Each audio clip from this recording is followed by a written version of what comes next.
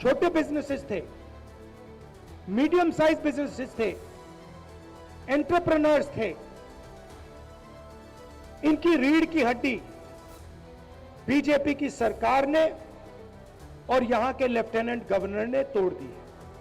नतीजा यह है कि जम्मू कश्मीर के लोगों को, युवाओं को रोजगार नहीं मिल सकता है। आज हमारा ये हरियाणा, गुरुग्राम, फरीदाबाद से लेकर सोनीपत, पानीपत तक दुनिया की बड़ी बड़ी कंपनियों का सेंटर बन रहा है। यहाँ के हमारे नौजवानों को ज्यादा से ज्यादा नौकरियां मिले, रोजगार मिले।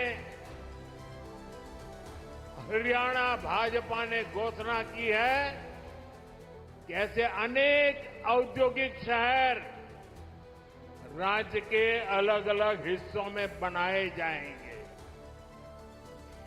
नमस्कार, आप सभी का बहुत बहुत स्वागत है। मेरा नाम रूबिका लियाकत है और न्यूज 18 इंडिया पर आप देख रहे हैं गूंज।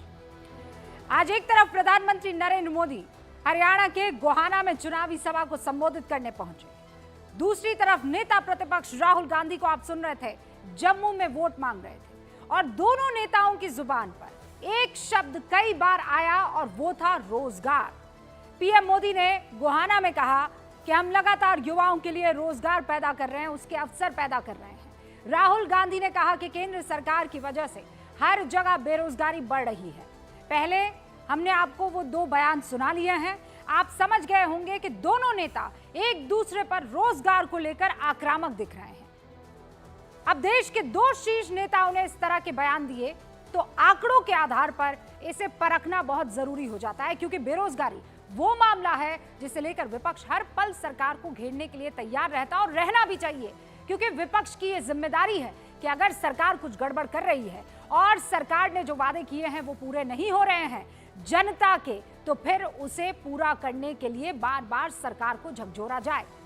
लेकिन आज जो आंकड़े हमारे पास आ रहे हैं और वो दो अलग अलग एजेंसियों के आंकड़े हैं। एक सरकार की संस्था पीरियोडिक लेबर फोर्स सर्वे यानी PLFS, उसका है ये आंकड़ा, और दूसरा है वर्ल्ड बैंक का यानी विश्व बैंक का। और दोनों संस्थानों ने आंकड़े जो जारी किए हैं वो यही कहते हैं कि भारत में बेरोजगारी दर लगातार घट रही है, यानी रोजगार बढ़ा है, बेरोजगारी दर घटी है। वर्ल्ड बैंक के आंकड़ों के मुताबिक 2019 में भारत में जहां बेरोजगारी दर 6.5% थी, वो 2023 आते आते घटकर 4.2% रह गई है, सोर्स वर्ल्ड बैंक। और PFLS के आंकड़े क्या कहते हैं, वो ये बताते हैं कि 2023 और 24 तक के जो आंकड़े, जिसके मुताबिक 2017 में जहां भारत में बेरोजगारी दर 6% हुआ करती थी, वो अब घटकर 3.2% यानी 3.2% हो गई है। अगर बड़े बड़े राज्यों की मैं बात करूं तो मध्य प्रदेश में सबसे कम बेरोजगारी दर है, यानी वहां पर रोजगार का जनरेशन ज्यादा है। मध्य प्रदेश में 1 से भी कम है बेरोजगारी दर, 0.9% है। वहीं इसके बाद गुजरात को आप नंबर में लाइए, गुजरात में बेरोजगारी दर 1.1% है। यानी आप अगर इसको थोड़ा सिंप्लीफाई करें तो गुजरात में 100 में से 1.1 या 1 मान लीजिए आदमी बेरोजगार है। बड़े राज्यों में सबसे ज्यादा बेरोजगारी अगर कहीं पाई गई तो वो केरल में है, बेरोजगारी दर वहां पर 7.2% है। फिर नंबर आता है पंजाब का, पंजाब में बेरोजगारी दर 5.5% है। अगर पिछले साल के आंकड़ों की तुलना की जाए तो बेरोजगारी कम करने में सबसे बेहतर प्रदर्शन अगर किसी राज्य का रहा तो ये आंकड़े बताते हैं कि वो हरियाणा का। हरियाणा में पिछले साल जो बेरोजगारी दर 6.1% थी, वो अब घटकर 3.4% रह गई है। यानी विश्व बैंक के आंकड़ों को या फिर PFLS के आंकड़ों को देखें तो दोनों ये बयान कर रहे हैं चीख चीख कर कि देश में बेरोजगारी की दर घटी है, और इसकी पुष्टि EPFO का अकाउंट डेटा भी कर रहा है। EPFO अकाउंट कंपनियों या फिर सरकार जो है वो अपने यहाँ नौकरी करने वाले लोगों के खुलवाती है वो खाते। कोई आम आदमी ऐसे जाकर EPFO अकाउंट नहीं खोल सकता है। ईपीएफओ अकाउंट के डेटा को अगर देखें तो उसके मुताबिक 2014 और 2024 के बीच 19.2 करोड़ नए ईपीएफओ अकाउंट्स खोले गए हैं। सिर्फ 2022 और 23 में 1,24,10,200 नए ईपीएफओ अकाउंट्स खुले हैं।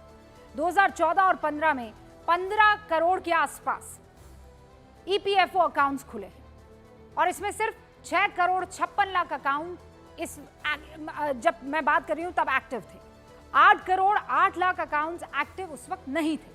यानी फैक्ट ये है कि भारत में पिछले कुछ सालों में बेरोजगारी के आंकड़े गिरे हैं, जिसका सीधा मतलब यह है कि रोजगार बढ़ा है। अब आंकड़े आंकड़े हैं और वो ये बता रहे हैं, लेकिन नैरेटिव ये क्रिएट किया जा रहा है कि बेरोजगारी लगातार बढ़ती जा रही है। या तो आंकड़े सही है या फिर नैरेटिव। और इसीलिए आज वो दोनों पक्ष आपके सामने होंगे, वो लोग जो ये कह रहे हैं कि बेरोजगारी बढ़ी है और वो जो कह रहे हैं कि देखिए बेरोजगारी घटी है। तो सवाल यह है कि रोजगार बढ़े तो बेरोजगारी पर नैरेटिव में विपक्ष भारी क्यों पड़ रहा है, अगर ये आंकड़े सही है तो। और दूसरा ये कि विपक्ष आंकड़ों को नकार क्यों रहा है, इसके पीछे की वजह क्या है। और सवाल ये कि क्या सिर्फ सरकारी नौकरी ही रोजगार की परिभाषा होती है। इन सवालों का जवाब देने के लिए सारे खास मेहमान हमारे साथ जुड़ चुके हैं। शुरू करते हैं गूंज।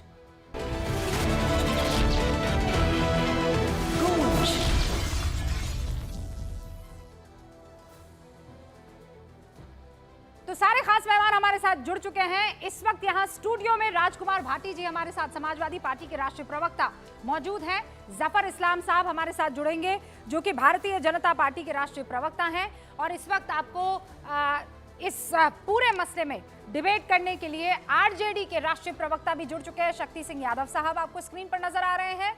और जेडीयू से सत्यप्रकाश मिश्रा जी अब से कुछ ही देर में स्टूडियो में हमारे साथ जुड़ेंगे। आपको ये बता दूं कि जेजेपी के वीरेंद्र संधू भी आपको स्क्रीन पर नजर आ रहे हैं। आप सभी का बहुत बहुत स्वागत है। शुरुआत राजकुमार भाटी जी आपसे करूंगी। आपने सुना ये जो आंकड़े हम इस वक्त बता रहे थे, एक तो ईपीएफओ के आंकड़े हैं, एक वर्ल्ड बैंक के आंकड़े हैं और अभी जो ताजा सरकारी एजेंसी के आंकड़े आए हैं वो ये बता रहे हैं कि बेरोजगारी दर घटी है। नहीं, आंकड़ों में तो बेशक घटी होगी और मैं किसी आंकड़े को झुटलाना नहीं चाहता, क्योंकि वो भी एजेंसियां हैं, उन्होंने भी सर्वे किया है, उन्होंने भी दिया। हालांकि फोर्ब्स के आंकड़े कहते हैं कि बढ़ी है, बेरोजगारी बढ़ी है भारत में, वो एक अलग विवाद का विषय है।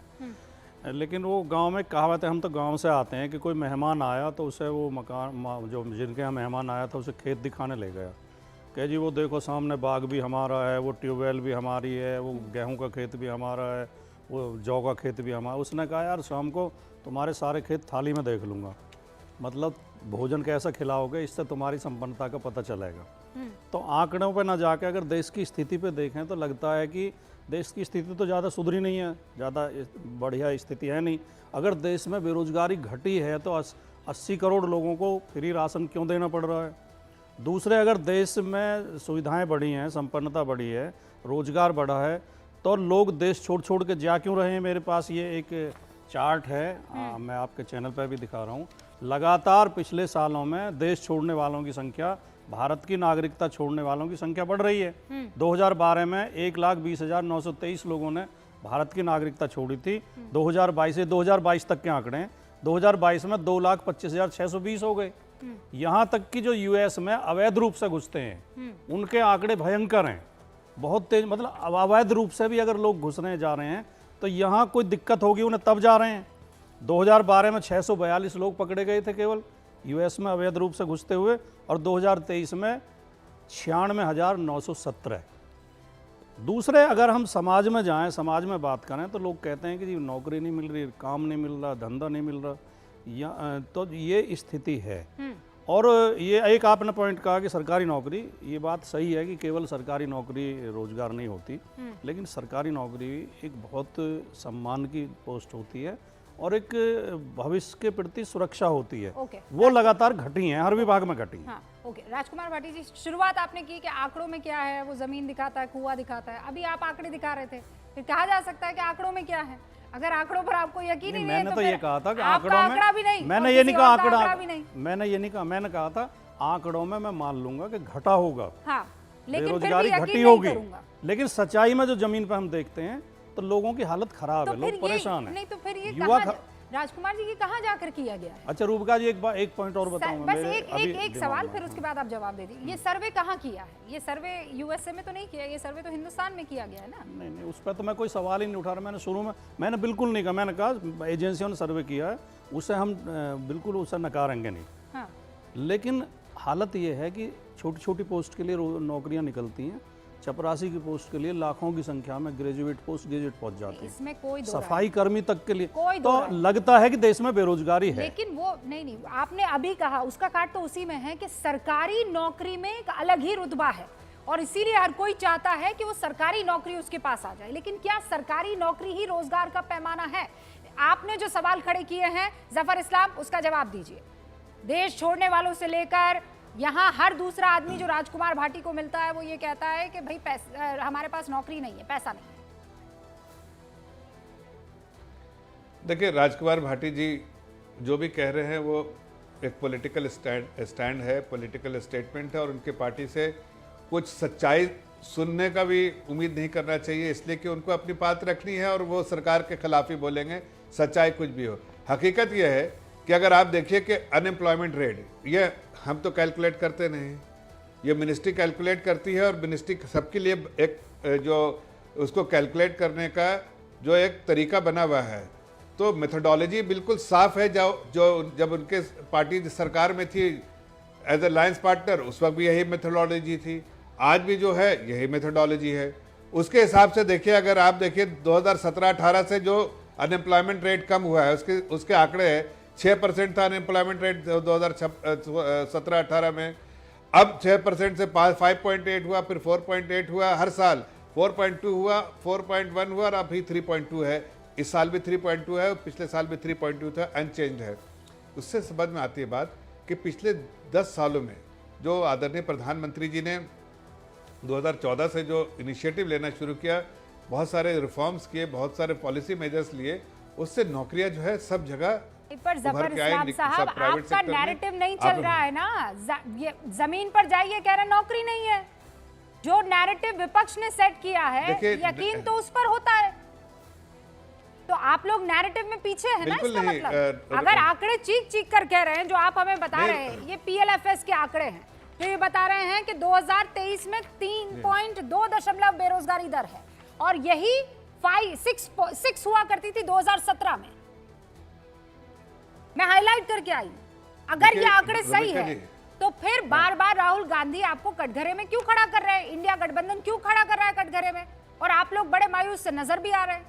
नहीं, बिल्कुल नहीं मायूस नजर नहीं आ रहा हूं रविका जी। पूरे देश में हर जगह भारतीय जनता पार्टी की सरकार जहां जहां भी है और जहां इलेक्शन हो रहा वहां भी आएगी। हर जगह लोगों का जो कॉन्फिडेंस है, जो उम्मीदें हैं, वो सिर्फ भारतीय जनता पार्टी से। उनको मालूम है कि यही एक सरकार है जो इस दिशा में काम करती है, लोगों के वेलफेयर के लिए काम करती है और जॉब क्रिएशन के लिए काम करती है। अभी आप प्रधानमंत्री जी को सुनाया, उन्होंने क्या कहा, हम युवाओं के लिए करते हैं। आप देखिए, आप एक और आंकड़ा देख लीजिए, आपके पास भी होगा वो आंकड़ा जो लेटेस्ट रिपोर्ट पे, कि जो 25 साल से 29 साल के आयु में है, वहाँ भी 17% जो है 2016-17 में जो अनएम्प्लॉयमेंट रेट था, पिछले कई साल 4-5 साल 6 साल में वो भी घट के जो है 10% आ गया। तो हर आंकड़े ये बताते हैं, डायरेक्शन बताते हैं। और उसके बाद आपने जो EPFO की बात की, आपने ESIC की बात की, आपने Naukri.com के आंकड़े देखिए, Naukri.com के देख रहे हैं, ये तो प्राइवेट है, इसमें सब दिखता है कि कितनी तेजी से नौकरियां बढ़ रही हैं। अरे भाई, आंकड़ों की बात कोई करता नहीं है ना, वही तो मैं कह रही हूँ। आंकड़े तो बड़ा बोरियत पैदा कर रहे हैं और आंकड़े ये कह रहे हैं कि बेरोजगारी दर घटी है, यानी रोजगार जनरेट हुआ है। लेकिन यहाँ पर कितनी अच्छी बात राजकुमार भाटी जी ने एकदम खेत खलियान दिखाते हुए कह दी, जो उनको कहनी थी। बात जो पहुंचनी थी वो पहुंच गई है। सत्य प्रकाश जी भी यहाँ पर मौजूद है। मिश्रा जी, जो सबसे ज्यादा बेरोजगारी दर जहां पर है, हाँ, वो केरल है। तेलंगाना में भी नंबर आता है, गोवा भी है, नो डाउट अबाउट इट, ठीक है। लेकिन और हरियाणा, जहां पर इस वक्त चुनाव होने वाले हैं, वहां पर सबसे ज्यादा घटी है तेजी से जी। लेकिन विपक्ष कह रहा है कि आपने एक को नौकरी नहीं दी है। ये नैरेटिव पैदा कैसे करता है विपक्ष? कैसे करता? झूठ के आधार पर। अगर किसी सरकार ने पहली बार कहा इस देश को 2 करोड़ रोजगार देंगे, हम हर साल देंगे, क्योंकि पता था कि मनमोहन सिंह की सरकार के समय की महंगाई और बेरोजगारी का दर हमारी जो NDA की सरकार है उससे बहुत ज़्यादा था, तो विपक्ष ने वहां से एक सवाल पूछा कि आपने 2 करोड़ नहीं दिया, उसको समझाते रहे, डेटा सामने पेश करते रहे। अगर विपक्ष जिद मानकर अड़ा हो, बैठा हो कि उसे झूठ की ही राजनीति करनी है, तो उसने कहा चौकीदार चोर है, देश में बेरोजगार है, महंगाई बहुत बढ़ी हुई है। सरकारी प्रयासों से तरह तरह के रोजगार पैदा हुए, ये बात देश जानता है।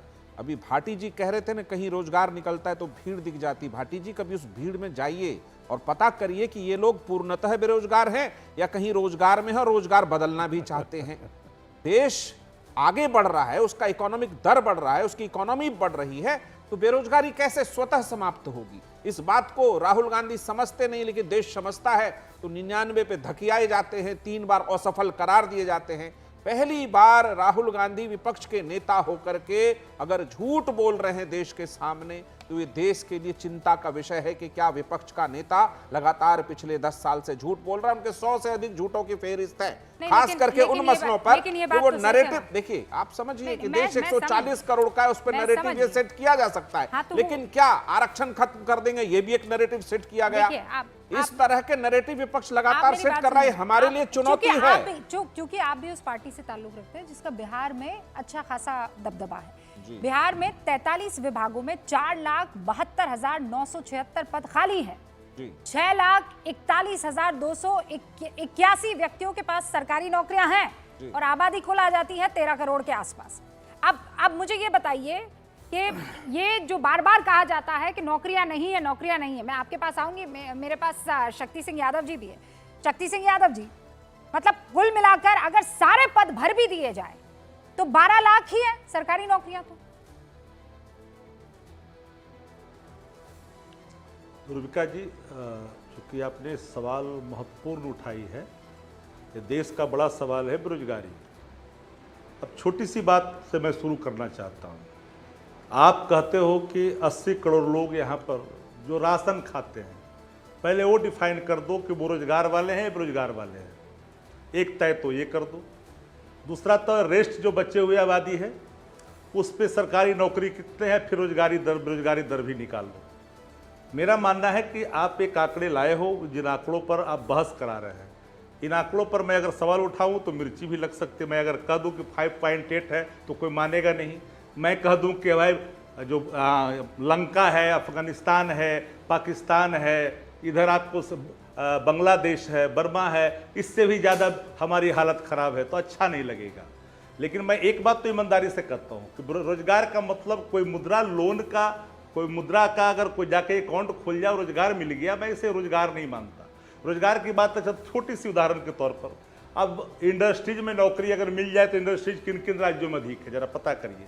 जो उनको प्राइवेट नौकरी देता है या 12,000, 15,000, 20,000 की नौकरियां जो प्राप्त करते हैं, किन किन राज्यों में अधिक है, जरा ये बताइए। मनरेगा के काम करने वाले बेरोजगार हैं। मानक अगर आपने ये तय किया है कि रोजगार का, जिनको गारंटी कानून के तहत अगर काम करने का मौका मिलता है, उसके आधार पर जॉब कार्ड मिलता है, उसको बेरोजगार मान लीजिए। सवाल वो नहीं है। सवाल साफ है कि हम महीने में जिनको 30 दिन का काम देते हैं, 4 दिन की छुट्टियां देते हैं, वीकली 1 दिन की छुट्टियां देते हैं, और उनको 15,000, 20,000 रुपये का महीना प्राप्त होता है, चाहे वो जिस सेक्टर में काम करता हो, 25,000 मिलता हो, 30,000 मिलता हो, मैं उसको एम्प्लॉयमेंट मान लेता हूँ थोड़ा देर के लिए। वो है एम्प्लॉयमेंट, चाहे वो सरकारी क्षेत्र हो या गैर सरकारी क्षेत्र हो। लग रहा है कि आपकी अलग से एक बुक आनी चाहिए, बुकलेट आनी चाहिए। शक्ति सिंह यादव बुकलेट में पता चलेगा कि ये बेरोजगारी की दर है, उनकी बुकलेट में पता चलेगा कि ये बेरोजगार है, इसको रोजगार मिला है। आपके मैं जो आपको डेटा दे रही हूँ वो उन सबके अपने स्टैंडर्ड्स हैं, मानक हैं, चाहे वो वर्ल्ड बैंक हो, चाहे वो PLFS का डेटा मैंने दिया हो या फिर EPFO की दिए हो। और ये हमेशा से चले आ रहे हैं ना, अचानक मोदी जी आए और वो लेकर आ गए, ऐसा तो नहीं है शक्ति भाई। नहीं तो मैंने तो कुछ चुनौती नहीं दिया उनके डेटा को। मैंने कहा कि आप ही के सवालों से मैंने एक सवाल उठाया कि अगर देश के अंदर में प्रधानमंत्री जी भोजन का इंतजाम अगर 80 करोड़ परिवार का करा रहे थे तो बेरोजगार है ही है ना। सबसे पहले यहां तय कर लो। जॉब कार्ड से जो मिल रहा है ग्रामीण गारंटी रोजगार के तहत, उसको भी जॉब मान लो। मुद्रा लोन में जिन लोगों ने खुला लिया है, अपना खाता खुला लिया, उनको भी रोजगार मिल गया। अरे मैं तो रोजगार के मानक किस रूप में मानता हूं, या हर कोई मानता है कि उसके घर का लड़का नौजवान अगर चाहे वो पढ़ा हो या अनपढ़ हो, हाँ। किसी फैक्ट्रियों में काम करता है, ठीक है, महिलारी उसको ठीक मिलता है। है पैसा, जफर उसको मैं इस्लाम रोजगार साहब और मानता सत्य हूं। प्रकाश जी, नहीं, नंबर एक, नहीं पहले मैं, अगर इतने लोगों को खाना खिलाया जा रहा है, वीरेंद्र संधू साहब आ रही हूँ आपकी इजाजत से, पहले इसका जवाब लेना चाहती हूँ, ठीक है? जफर इस्लाम साहब पहले इसका जवाब दे दीजिए। मैं कह रही हूँ ना, बार बार फंसेंगे, नैरेटिव में फंसेंगे, आंकड़े कोई नहीं देख रहा है। देखिए मैं रुबिका जी जो कहना चाहता हूँ कि दुनिया के हर वो जिस तरह देश ने तरक्की की है, उन देश को नहीं, आप जो अभी बोल रहे थे कि पाकिस्तान, श्रीलंका, उसकी बात कर रहे थे, जो वैसे ही खत्म हो रहा है देश, बांग्लादेश, उस देश की बात नहीं कर रहा हूँ मैं। कंपेयर कर रहे हैं अपने देश को उन देशों से जो सबसे डेवलप्ड नेशन है, और वहाँ जो वेलफेयर स्कीम है वो वहाँ के 70-80% जनता को जाती है। क्यों जाती है भाई? उनके पास भी वहाँ पर नौकरियाँ हैं, उनके पेरोल मेथड में आता है हर दिन का नौकरी। फिर भी जो सरकार अपनी नीति इस तरह से बनाती है कि देश की संपत्ति में और देश के जो रिसोर्सेज में आम नागरिक का अधिकार है, और एक कट ऑफ पॉइंट रखती है कि यहाँ से नीचे वाले सबको देना है, चाहे उसके पास पैसे हैं ज़रूरत से ज़्यादा भी खाने के लिए तो भी देना है, और हर तरह की ज़रूरत के बावजूद भी वो रिसोर्स जो है सरकारी रिसोर्स का फायदा होना चाहिए आम नागरिक को, इसलिए देते हैं। आपने देखा हो किसान भाई बहनों को भी देते हैं, आपने देखा महिलाओं को भी देते हैं, आपने देखा हर चीज में हम पैसा हम अपने जो डायरेक्ट बेनिफिट ट्रांसफर करते हैं उसी तरह राशन भी देते हैं। इसका ये मतलब नहीं कि वो गरीब है, ये आपकी मानसिकता है। आपको पता है कि अभी वजह क्या है? एक 10 राजकुमार भाटी जी, ये वजह है, उसमें सबको दो सेकंड और खाली बोल दो, बेरोजगारी 2 इसीलिए सेकंड दिया जा रहा है। नहीं, ये तो जो बेरोजगारी दर रख रहे हैं या जो अपने आप आंकड़े बताते हैं, तो जो ठेले पे पकौड़ी बेच रहा है उसे भी रोजगार कहते हैं, ये तो जो नाली की गैस से चाय बना रहा है उसे भी रोजगार कहते हैं। तो ये आंकड़े इसलिए बढ़ा लेते हैं। मुझे वो आदम गौंडवी का शेर याद आता है कि तुम्हारी फाइलों में गांव का मौसम गुलाबी है, मगर ये आंकड़े झूठे हैं, ये दावा किताबी है। तुम्हारी मेज चांदी की, तुम्हारे जाम सोने के, मगर जुम्मन के घर में आज भी फूटी रकाबी है। गरीब लोग, ये भी आंकड़ा है इकोनॉमिक्स का, ये भी आंकड़ा जो इकोनॉमिक सर्वे हुआ है, इस देश में, भारत में, जब से मोदी जी आए हैं, गरीब और ज़्यादा गरीब होते जा रहे हैं, अमीर और ज़्यादा अमीर होते जा रहे हैं। ये कहाँ से आंकड़े ला रहे हैं? नहीं, ये इकोनॉमिक सर्वे आया है, उसमें बताया कि 15% के बिलो पॉवर्टी लाइन से 20 करोड़ से ज्यादा आबादी को निकाला गया है। देश के 1%, रुबिका जी, और आप ये कह रहे हैं कि गरीब और गरीब हो गया। मैं आंकड़ा बताऊं, देश के 1% लोगों के पास देश की 22% प्रॉपर्टी है, और नीचे के 50% लोगों के पास मात्र 15% प्रॉपर्टी है। ये इकोनॉमिक सर्वे है। नहीं, ये इकोनॉमिक सर्वे नहीं है, लेकिन आप गोल पोस्ट चेंज मत कीजिए ना। मैं जो कह रही हूँ, आपने कहा गरीब और गरीब हुआ है, गरीबों को गरीबी से बाहर निकालना, ये किस पैमाने में आप उतारेंगे खरा, ये बताइए मुझे। नहीं, मैं ये समझने की कोशिश कर रही हूँ, कोई तो पैमाना होगा ना। गरीबों को बाहर निकालने की कोई योजना मोदी जी के पास है? अमीरों को अमीर बनाने की योजना तो है, मित्रों को जमीन दे देंगे, अयोध्या में सेना अभी आप कह रहे हैं कि 80 करोड़ को खाना खिला रहे हैं, तो वो योजना नहीं है। उससे गरीब 5 किलो चावल से गरीब निकल जाएंगे गरीबी से। अरे मान लीजिए वो उस पर खर्चा नहीं कर रहा है, हाँ, तो वो पैसा बच ही रहा है ना। अगर मान लीजिए वो कमाई कर रहा है तो वो पैसा बच रहा है ना। जो मोदी जी से पहली सरकार थी, वो राशन देती थी, 2 रुपए किलो देती थी, मोदी जी उसे फ्री देने लगे, तो 5 किलो का कितना बना? 10 रुपए। 10 रुपए देकर मोदी जी बहुत बड़ा एहसान दिखा रहे हैं। और जो आप कह रही थी कि इकोनॉमिक्स, मोदी जी के एहसान की बात नहीं आ रही है, मैं तो आंकड़ों की बात कर रही हूँ। वीरेंद्र संधू जी, पहले आप अपनी बात रख लीजिए, उसके बाद सत्य प्रकाश मिश्रा। वीरेंद्र संधू जी, हरियाणा वो स्टेट है जहां पर बेरोजगारी दर सबसे ज्यादा घटी है, अराउंड 2.4 समथिंग। सर रुबिका जी, उसी लाइन को पूरी करूंगा भाटी साहब की कि जो कागजों में मौसम गुलाबी है, बस यही खराबी है। आपने जो ये आंकड़े बताए, आप देखिए 18 दिसंबर 2023 को खुद केंद्रीय मंत्री पार्लियामेंट में बोलते हैं कि हरियाणा में जो बेरोजगारी दर है वो 6% है, पूरे देश की 3.2 है। और सेम बात आपने कही कि हरियाणा में जो बेरोजगारी दर थी वो 6 से 3% पे हो गई है। आप सोचिए कितनी जल्दी कहां से कहां पे हो गई है। 9 महीने में जो भारतीय जनता पार्टी सरकार केंद्र में 10 साल से, हरियाणा में भी 9 साल से, बिल्कुल वो दर पूरे के पूरे 9 साल 6% से ज्यादा रही, एकदम 9 महीने के अंदर वो 6% से 3% हो गई। अब दूसरा हिसाब देखिए कि हरियाणा के जो लोग हैं वो 10% डिफेंस सर्विसेज में है। हरियाणा में जो लोग मेडल लेके आते हैं प्रतिभावान युवा, वो मोर देन 70% है पूरे देश के इतने। और हरियाणा का जो 2% की जो पॉपुलेशन है पूरे देश की, 1-1.5% जो ज्योग्राफिकल एरिया है, उसके बावजूद जो जीएसटी में जो कंट्रीब्यूशन हरियाणा को 6% है। इसी तरह जीडीपी जो हरियाणा की जो 3-3.5% हरियाणा कंट्रीब्यूशन है, लेकिन बेरोजगारी में हरियाणा सबसे ऊपर। आपने भी जो आंकड़े बताए हैं, 1 मिनट के लिए उनको भी सच्चा मान लें तो गुजरात में 1%, मध्य प्रदेश में 1% से भी कम, लेकिन हरियाणा में वो 3.5%। क्यों?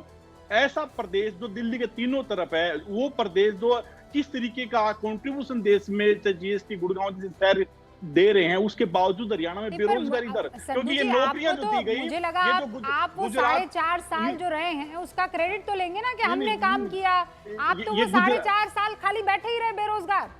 रूबिका जी, जो गुजरात में घटी है, मध्य प्रदेश में घटी है, वो इसलिए घटी है क्योंकि गुजरात के लोगों को, मध्य प्रदेश के लोगों को हरियाणा में लगाया गया है। इसी तरीके से अलग अलग प्रदेशों के लोगों को लाके हरियाणा में नौकरियां दे दी। और हरियाणा वो प्रदेश, थोड़ी सी पॉपुलेशन के साथ जो प्रदेश है, उस प्रदेश में इतनी बढ़ गई। 4.5 साल बैठ के देखते रहे क्या? मैं बताऊंगा, क्योंकि जब हमारे पास हम सरकार में शामिल हुए तो हमें ऑफर दिया गया था एचपीसी का मेंबर बनिए, आप स्टाफ सिलेक्शन कमीशन का मेंबर बनिए। लेकिन हमें पता है जो पार्टियां पर्चियों से मुख्यमंत्री चुनती हैं, वो पार्टियां किस तरीके से नियुक्तियां करेंगी। उन पार्टियों में ना हम एचपीसी का कोई सदस्य हमारी पार्टी से बना, ना हम स्टाफ सिलेक्शन कमीशन में हमारा कोई सदस्य है। हमने पद ही लेने से स्वीकार कर दिया। जो लोग रूबिका जी, मैं तो अब तक नहीं समझ पाई हूँ आज जो लोग, और वैसे मुझे चौंकना भी नहीं चाहिए, ये सब करते हैं। जफर इस्लाम साहब भी कल को आपके साथ मिल जाएंगे तो आपकी तारीफ करेंगे।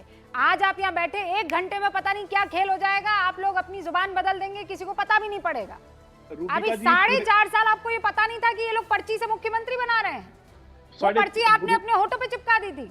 रूबिका जी, हमने, आप सोचिए कि हमें पद दिए गए, हमने पद नहीं लिए। और ये जो हम एसएससी का मेंबर नहीं बने, एसपीसी का मेंबर नहीं बने। जो लोग बैठ के मेयर के चुनाव में कैमरे के सामने बैठ के गड़बड़ी कर सकते हैं, वो लोग नौकरियां कैसे देंगे? आप बताइए। और आप जो है आप अपने दिल पर हाथ रखकर बस बैठे रहे, एकदम भारी मन से बैठे रहे कि 4.5 साल। एक दिन आपको अचानक सपना आएगा, नींद खुलेगी और आप कहेंगे ये लोग सबसे खराब लोग हैं, इनके साथ हमको नहीं रहना है। जफर इस्लाम कुछ कहना चाह रहे हैं अपने पुराने साथी से? हाँ, कह दीजिए भाई जफर साहब, और ध्यान से कहिएगा। कल को पता लगा वापस ये वर्सेस और पक्ष विपक्ष लगाने की बजाय मुझे प्लस लगाना पड़ेगा। नहीं, मैं ये कहना चाह रहा था कि इनके जो पार्टी के नेता है, उनसे मेरे ख्याल से इनको चर्चा कर लेनी चाहिए। हकीकत उनको ज़्यादा मालूम होगी, इनको कुछ भी मालूम नहीं। ये लोगों को सिर्फ गुमराह करने के लिए हकीकत से वाबस्ता नहीं है। इस तरह की बातें कर रहे, ये दिया मैंने नहीं दिया, वो दिया मुझे नहीं दिया, और ये दिया नहीं। अरे भाई, आप तो मुंह खोल के बैठे हुए हैं, आपके मुंह में जो डाल देंगे लड्डू आप खाते रहोगे। कैसी बातें कर रहे हो? लोग मानेगा भी नहीं। आप इस तरह की बातें पब्लिक प्लेटफॉर्म पे बोल रहे हैं, लोग आपकी बात को मानेगा नहीं। इलेक्शन के टाइम में और दुर्ची हो जाएगा आपका। इस तरह की बातें मत कहिए। जो आपने 5 सालों में जो काम किया है, सरकार में बैठ के काम किया है, आपके मंत्री लोगों ने काम किया है, उसकी सराहना कीजिए। अगर वो घटा है तो कहीं ना कहीं सब मंत्रालय का कमिटमेंट होगा, और सब मंत्रालय ने एकजुट होकर एक जो है डिलीवर किया है। हाँ संधू जी, जो लोग 15 लाख खाते में डालने की बात करते हैं 2 करोड़ लोगों, वो लोग भी बोल रहे हैं। किस तरीके के लोग? जिन लोगों को मुख्यमंत्री बदलना पड़ा, तारीख बदलनी पड़ी, सब कुछ, मतलब मुख्यमंत्री को सीट बदलनी पड़ी, वो हमारे ऊपर आरोप लगा रहे हैं। हरियाणा की जनता जानती है, इस चुनाव के बाद भारतीय जनता पार्टी हरियाणा में कभी भी सरकार नहीं बना पाएगी। 10 सीट इस विधानसभा में नहीं ले पाएगी। बेरोजगारी हरियाणा में की जो पूरे देश में नंबर 1 पे आपने लाके खड़ी कर दिया है, उसी तरीके से हरियाणा की जनता आपको लाके खड़ी करेगी, और हरियाणा में फिर हरियाणा के लोगों की सरकार आएगी। आपका अगर ये राजनीतिक बयान है तो मैं समझ सकती हूँ, लेकिन आंकड़े ये नहीं बताते हैं ना। वही तो हम बार बार कह रहे हैं, हरियाणा में बेरोजगारी दर सबसे तेजी से घटी है। एकदम घटी है रूबिका जी, एकदम 10 साल में 6% एकदम गिर गई। सत्यप्रकाश जी, एकदम कैसे घट गई? ये ऐसा क्या कर दिया भाई? एकदम कैसे घट गई? एकदम 3%। गजब कर दिया जी आपने। हरियाणा में सबसे लोग अवैध तरीके से विदेशों में जा रहे हैं। हर गांव में 100 युवा हर साल जमीनें बेच के विदेशों में जा रहे हैं। ये हाल भारतीय जनता पार्टी ने हरियाणा का किया है, और ऐसा ही हाल हरियाणा के लोग भारतीय जनता पार्टी। देखिए, इस बात को समझना पड़ेगा कि जो राजनीतिक पार्टियां हैं, वो सत्ता में जो पार्टियां बेरोजगारी दूर करने के प्रयासों में शामिल हैं, रोजगार बढ़ाने के प्रयासों में शामिल है और उसको साबित करके दिखाया है, वो उसको नहीं मानेंगी। ये हमारी जिम्मेदारी है कि हम उसको एड्रेस करें कि रोजगार का और बेरोजगार जो भी दर है वो इसका इतना है। अब ये कह रहे हैं कि बेरोजगारी, भाटी जी कह रहे थे कि पकौड़े जो बेचते हैं वो रोजगार में नहीं है। ये वो लोग हैं जो कहते थे गांव में डिजिटल का पेमेंट नहीं हो सकता। अब शक्ति यादव जी को लगता है कि किसी कारखाने में सिक्योरिटी का एक कर्मचारी लग जाए वही रोजगार में है, लेकिन उनको ये नहीं लगता कि बिहार में मुख्यमंत्री उद्यमी योजना के तहत युवाओं को, अति पिछड़ों को, दलितों को 10 लाख रुपए देकर, 5 लाख सब्सिडी देकर उनको स्वरोजगार के कार्यक्रम में लाया गया है, तो उनको रोजगार नहीं लगेगा। तो इसकी परिभाषा वो सही कहा आपने रूबिका जी कि उनके लिए एक अलग से बुकलेट शक्ति यादव जी को भेज देना पड़ेगा कि आप अपने रोजगार की परिभाषा ये रखिए। लेकिन बदलते परिवेश में यदि देश में महंगाई दर कम हुई है और बेरोजगारी दर भी कम हुई है तो ये हमारे समय के सरकार के लिए गर्व का विषय है। विपक्ष कितनी भी साजिश करे, हम ये साबित करने में सफल रहेंगे कि देश रोजगार के अवसर को बढ़ाने में कामयाब होता जा रहा है और वो आगे भी होगा। आपने 2 लोगों का नाम लिया, आप तीनों स्क्रीन पर रहेंगे। हाँ, शक्ति जी भी स्क्रीन पर है, राजकुमार भाटी जी भी और सत्यप्रकाश मिश्रा जी भी। शक्ति जी भी आप जरा बता दें। शक्ति जी, वो हरी मिर्ची वाली जो बात की थी, उस रंग की टोपी तो आपने पहनी है और वो ये कह रहे हैं कि आप आंकड़ों को झुटला नहीं सकते हैं। कैसे झुटला देंगे आंकड़ों? नहीं, जफर भाई से मैं एक ही बात कहूंगा कि बेरोजगारी का कुछ ऐसा आलम है जनाब कि लोग खैरियत भी पूछते हैं तो नसीहत लगती है। सवाल वो नहीं है, सवाल साफ है। हमने एक लाइन में कहा कि आप जो कर रहे हैं, अगर गारंटी कानून अगर देश में नहीं होता तो हालात तो और देश की खास्ता होता। आज तो सच मानिए कि जो मनरेगा है जिसके चलते बेरोजगार कुछ गांव में काम भी कर लेता। इंडस्ट्रीज की हालत क्या है सर्टेन इलाकों में? चले जाइए उन राज्यों में जहां बड़ी आबादी है, वहाँ इंडस्ट्रीज की हालत क्या है। आप कर रहे हो मुख्यमंत्री उद्यमी योजना, आप मुख्यमंत्री उद्यमी योजना में कितने लाभुक प्राप्त हुए आबादी के अनुसार पता कर लीजिए। अगर आपके नीति आयोग बिहार के सवाल पर हर मानक में निचले पैदान पे लाके खड़ा कर जाता है तो फिर बेरोजगारी का आलम क्या है आप ही तय कर दो। हम ना हरी मिर्च लगाएंगे, आपको ना लाल मिर्च लगाएंगे। ये झूठ हम तो बोल दिया आपको आपने, बिल्कुल सफेद झूठ। आप नीति मीठी आयोग का मिर्च रिपोर्ट नहीं लगाऊंगा। पढ़ते हैं। बिहार अभी भी सर्वाधिक विकास दर पे अरे खड़ा है। सत्यप्रकाश जी, चलिए आप बोल लीजिए अपनी बात। सुनिए ना, आपके जी बताइए। आप सुन लीजिए। यही जो झूठ आंकड़े ने बिहार को पीछे ढकेल दिया। बिहार को मिलने वाले ग्रांट से बिहार को आपने पीछे ढकेल दिया। बिहार पर कर्ज कितना है शायद आपको जानकारी नहीं है। अगर जानकारी होगा भी, पढ़ते हैं तो ये आकलन कर लीजिए ना। बेरोजगारी के सवाल पर आप कर रहे हैं, गांव में जाके पता करिए ना। अब गांव में नहीं न रह रहे हैं, गांव और कस्बों में जाइए। हम लोग घूमते हैं मतदाताओं के बीच में, चुनाव लड़ते हैं, देखते हैं गांव में कि बेरोजगारी का दर क्या है। मतदाता ने 4 सीट दिया आप देख रहे हैं कागजों पर, ठीक है, आप दिखाइए। हम तो कई इलाकों की चर्चा कर दे सकते हैं। बिहार की आबादी है, क्या बेरोजगारी का दर है पता है आपको? कितने लोग पलायन कर रहे हैं? पलायन का बिहार में कितनी स्थिति खराब है पता है? कितना पलायन है जानकारी है? पलायन कितना है? कितने लोग साउथ में जाकर करके, हरियाणा पंजाब से लेकर करके सूरत में कितने लोग बिहार से बाहर जाके कमा रहे हैं पता है? पलायन का सवाल हमने अगर आपसे पूछा कि मानक क्या देश में तय किया है सरकार ने कि कौन लोग हैं जो हकदार है राशन के, वो लोग हैं जो हैंड टू माउथ है। अगर वो हैं जिनकी आय नहीं है वो लोग हैं। आप कह रहे हो कि हम खिलाते भी हैं, रोजगार भी दे रहे हैं। सवाल दोनों नहीं हो सकते हैं, सवाल एक ही हो सकते हैं। मानस अगर आप बताएं क्या है, सवाल है। शक्ति जी, अब आपने जो बातें रखी है उसका जवाब उसके बाद जफर इस्लाम और 25% लोगों को गरीबी से बाहर निकाला और प्रधानमंत्री महोदय ने, नरेंद्र मोदी जी ने सदन में इस बात को कहा है कि हम उसको 80 करोड़ लोगों को राशन इसलिए दे रहे हैं कि कोई फिर से गरीबी में वापस ना चला जाए। शक्ति यादव जी ने जो कहा, एक बिगाड़ी हुई, बिखरी हुई व्यवस्था नीतीश कुमार जी को आज से 15 साल पहले मिली, उसको न सुधारते लालटेन युग से रोशनी युग में बिहार को पहुंचाया है। लालटेन का तेल बुझ गया, समाप्त हो गया गांव। सुनिए, अब आप बोल लिए थे ना, मैं बोल रहा था आपके बीच में। आपके बीच शक्ति जी बहुत आदरणीय, आप मेरे लिए आपके बीच नहीं बोल रहा था। शक्ति जी, आप भी जानते हैं कि आपके गांव की जो सड़क है ना, वो नीतीश कुमार जी की देन है। आपको पता है आपके घर में जो बिजली गांव में जल रहा है ना, वो नीतीश कुमार जी की देन है। आइए रोजगार पर आते हैं। अभी 1.5 लाख कांस्टेबल की वैकेंसी फिर आई है, फिर रोजगार मिलेगा। आप चिंता मत करिए, बिहार विकास दर में सबसे तेज रफ्तार में है देश में। इंक्लूसिव ग्रोथ रेट सबसे ज्यादा है बिहार का। आप नहीं पढ़ते हैं, इसको अलग मसला है। आप तेजस्वी जी के लिए एक संदेश दे फर्जी आंकड़े ने दीजिए। बिहार रोजगार में और आगे बढ़ेगा और 20 लाख रोजगार का जो हमने वादा किया था वो पूरा होगा, इतना जरूर है। माफी मांगने के लिए बिहार के मुख्यमंत्री को माफी नहीं मांगे, विशेष राज्य का दर्जा बोलने नहीं देंगे। माफी मांगने कहिए बिल्कुल मुख्यमंत्री जी को। टोका टोकी किया। शक्ति जी इस बात को समझिए कि बिहार पर आपको गर्व करना चाहिए। हमारा बिहार आगे बढ़ रहा है, आप उसको मानते नहीं है। अगर केंद्र सरकार ने 1.25 लाख करोड़ का कुछ स्पेशल राहत दिया, कुछ दिया है, तो उसमें भी तो आगे बढ़ेंगे। पैसा 2 लाख आपके जमाने में बजट था 25,000 करोड़ का, हमारा है 2.25 लाख करोड़ का, उसको तो आप मानते नहीं है। अरे भाई इतना बात को समझिए। प्लीज आप मानेंगे नहीं, मैं मानता हूं। आप बिल्कुल नहीं मानेंगे। इस जगह में जनता ने 21 सीटें ऐसी नहीं दी नीतीश कुमार जी को। नहीं देश के बजट के आलोक में राज्यों के बजट के दर बता दीजिए। में विफल रहे क्योंकि जनता आपके साथ खड़ी नहीं मिली। 4 सीट आपको चिपका दिया। 2000 में 5 में समझ रहे हैं देश का बजट क्या था और बिहार का जो प्राइड है, उसका जो रोजगार है, उसका जो आर्थिक विकास है, उसकी चिंता आरजेडी को करने की जरूरत नहीं है।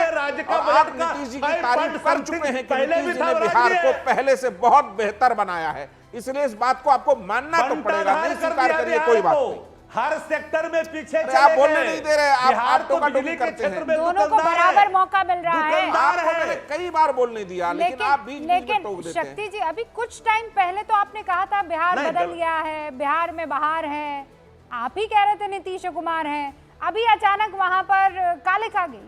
अरे इतना जल्दी कैसे बदलाव हो गया? या तो हुआ या नहीं? आप जब आए आपने कहा हमने खूब नौकरियां दी, जो वादा किया था वो सबसे पहले पूरा किया। रूबिका जी दिया हमने कहा वो किया, लेकिन इन्होंने कहा कि राज्य का बजट केंद्र के बजट के अनुपात में जो पहले था 5 पॉइंट समथिंग आज भी है भैया। जो केंद्र का बजट उस समय क्या था, राज्य का बजट क्या था? हम तो 3000 पर आए थे, 2200 पर आए थे, हम लेके गए 24,000 23,000 करोड़ पर। उसके बाद यही तो कला है कि आप आंकड़ों को अपने हिसाब से कब वोट देते हैं कुछ समझ में नहीं आता है। यही खेल तो जनता को सुलझाना है। राजकुमार भाटी जी, प्लीज कह दीजिए ना कि ईपीएफओ के आंकड़े झूठे हैं। कह दीजिए ना कि ये जितने भी आंकड़े इस वक्त हम बता रहे हैं वो झूठे हैं, चाहे वर्ल्ड बैंक के आंकड़े झूठे हो, ईपीएफओ के हो, या अभी हाल फिलहाल जो आंकड़े आज मैं आपको बता रही थी वो झूठे हैं। कतई झूठे नहीं बताऊंगा, लेकिन जो बात हम कह रहे हैं उस पर हम कायम है। सबसे बढ़िया रोजगार होता है सरकारी नौकरी। वो एक आर्थिक रूप से भी और एक सम्मान की नौकरी भी होती है। मोदी जी ने सरकारी नौकरियों को बहुत, सबसे ज़्यादा रोजगार कहाँ मिलता था? सेना में और रेलवे में। जब से मोदी जी आए, सेना को तो कर दिया 4-4 साल की ठेकेदारी पर। जो ये अग्निवीर है, ये देश के युवाओं का अपमान है और उन्हें बेरोजगारी की भट्टी में झोंकना है। रेलवे में कोई भर्ती हुई नहीं है, रेलवे भी ठेके पे चल रही है। और ये सरकारी नौकरी कम करने से क्या होते हैं? 2 नुकसान होते हैं। एक तो जो ओबीसी एससी को जो उसमें आरक्षण मिलकर रोजगार मिल जाते थे वो खत्म हो गए। दूसरे प्राइवेट सेक्टर का हाल क्या है? हम यहाँ नोएडा में बैठे हैं, नोएडा में सबसे ज़्यादा उद्योग हैं, लगभग 10,000 उद्योग हैं। हमें पता है जो यहाँ 20 साल पहले 15 साल पहले फैक्ट्रियाँ लगी थी, नौकरी कंपनी थी। रूबिका जी, मैं बहुत पॉइंट की बात कर रहा हूँ। उनमें जो नौकरी कर रहे हैं उनकी आज सैलरी 75,000 से 1.5 लाख तक है। और अब जो भर्ती चल रही है, जब से मोदी जी आए हैं, इन्होंने जो लेबर लॉज में परिवर्तन किया है, तमाम कंपनियों में ठेकेदारी चल रही है। 10-10 हज़ार रुपये में 10-10 घंटे काम करा रहे हैं। वो मैं समझता हूँ रोजगार नहीं है, दुर्गति है। आप रोजगार पे बात वो हाँ, मैं रोजगार पे ही कर रहा हूँ। प्राइवेट सेक्टर की जो आप उपलब्धियां बताते हैं, प्राइवेट सेक्टर में लूट है, ठगी है, श्रम का शोषण है। नहीं पहले उन्हें पूरा वेतन नहीं मिल रहा है, पूरी सुविधाएं नहीं मिल रही हैं। भाटी जी, पहले हम डिसाइड कर लें हम किस पर बात करें। मैं कह रही हूँ मैं रोजगार पे ही कर रहा हूँ। तो रोजगार नहीं मिला है, वो अलग चीज है। और जो आप आंकड़े बता रही थी, आपने ये तो बता दिया कि 3.2 पे बेरोजगारी दर है, लेकिन ये भी बताओ कि पिछले साल भी 3.2 ही थी और इस साल भी उतनी, यानी इस साल में, एक साल में कोई परिवर्तन नहीं। आप तो कह रहे हैं जब से मोदी जी आए हैं, जब से मोदी जी आए, मैं कह रही हूँ जब से मोदी जी आए हैं, मोदी जी आए 2 चीजें हुई हैं। मोदी जी आए हैं, ये जो आप बार बार कह रहे हैं, मैं कह रही हूँ तब थी बेरोजगारी दर 6.0%, 6% थी, और आज वो घटते घटते 3.2 हो गई है। उस वक्त से लेकर आज तक आधी हो चुकी है। मैं 2 बातें कह रहा हूँ, दोनों बातें, जब से मोदी जी आए माहौल खराब हो गया है। दोनों बातों को कोई खंडन नहीं कर सकता। एक तो मोदी जी ने सरकारी नौकरियां कम की हैं, दूसरे मोदी जी के शासन में गरीब और ज्यादा गरीब हुए हैं और अमीर और ज्यादा अमीर हुए हैं। जफर इस्लाम ये साहब, आंकड़े दो बड़े बता रहे हैं। आरोप। देखिए रूबिका जी, बड़े अफसोस के साथ कह रहा हूं कि ये लोग जो है हर सरकार के हर आंकड़े को, चाहे कुछ भी आंकड़ा हो उसको गलत, देश के बाहर के आंकड़े हैं वो भी गलत, नौकरियां हो ईपीएफ के आंकड़े वो भी गलत। मतलब अगर भाटी जी को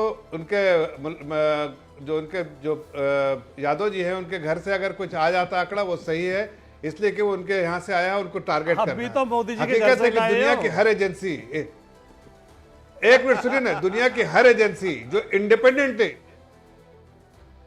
जो वेरीफाई करती है सब डेटा को, देखिए हमारे डेटा को, आपके डेटा को कोई वेरीफाई नहीं करती, हमारे डेटा को, देश के डेटा को पूरी दुनिया में मल्टीलैटरल इंस्टीट्यूशन जो है वेरीफाई करती है। तीन मेथड से वेरीफाई करती है।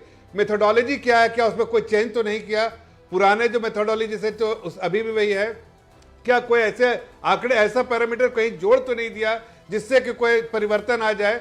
ये सारी चीजें देख के उसके बाद रीवैलिडेट करते हैं उस नंबर को और फिर अपने रिपोर्ट को जारी करते हैं कि हमारे अनुमान इतनी एम्प्लॉयमेंट रेट है या इतना ग्रोथ रेट है। और हर जगह पर आप लोगों ने उसी आंकड़े का इस्तेमाल किया है पूरे जब 10 साल की यूपी की सरकार रही उसके बाद। लेकिन आज आपको उन आंकड़ों से कहीं ना कहीं तकलीफ होती है, लेकिन देश आगे बढ़ रहा है और देश की जनता जो खुशहाल है, लेकिन आप बेहाल हैं, इसलिए आपके पेट पे इस तरह के जो बढ़ती हुई साहब, आप समझ रहे हैं, कोई फिल्म का कॉन्सेप्ट भले ही चले ना चले लेकिन डायलॉग चल जाते हैं, और आपने वो डायलॉग यहाँ पर विपक्ष ने जो मारे ना वो दिमाग में रह गए हैं। आंकड़ों से आप कैसे काटेंगे वो आपको खोजना जरूरी है, क्योंकि फिर कह रही हूँ आंकड़े तो बता रहे हैं कि बेरोजगारी दर घटी है, लेकिन बार बार अगर विपक्ष ये कह रहा है कि आप चले जाइए किसी भी घर में, वो यही कहेगा कि बेरोजगारी हमें मार रही है। अगर ये नैरेटिव बन रहा है तो उसे धोने का काम भी आप ही का है, और ऐसा लग नहीं रहा है कि आप वो काम कर पा रहे हैं। बहुत बहुत शुक्रिया आप सभी का। आप देखते रहिए News 18 इंडिया।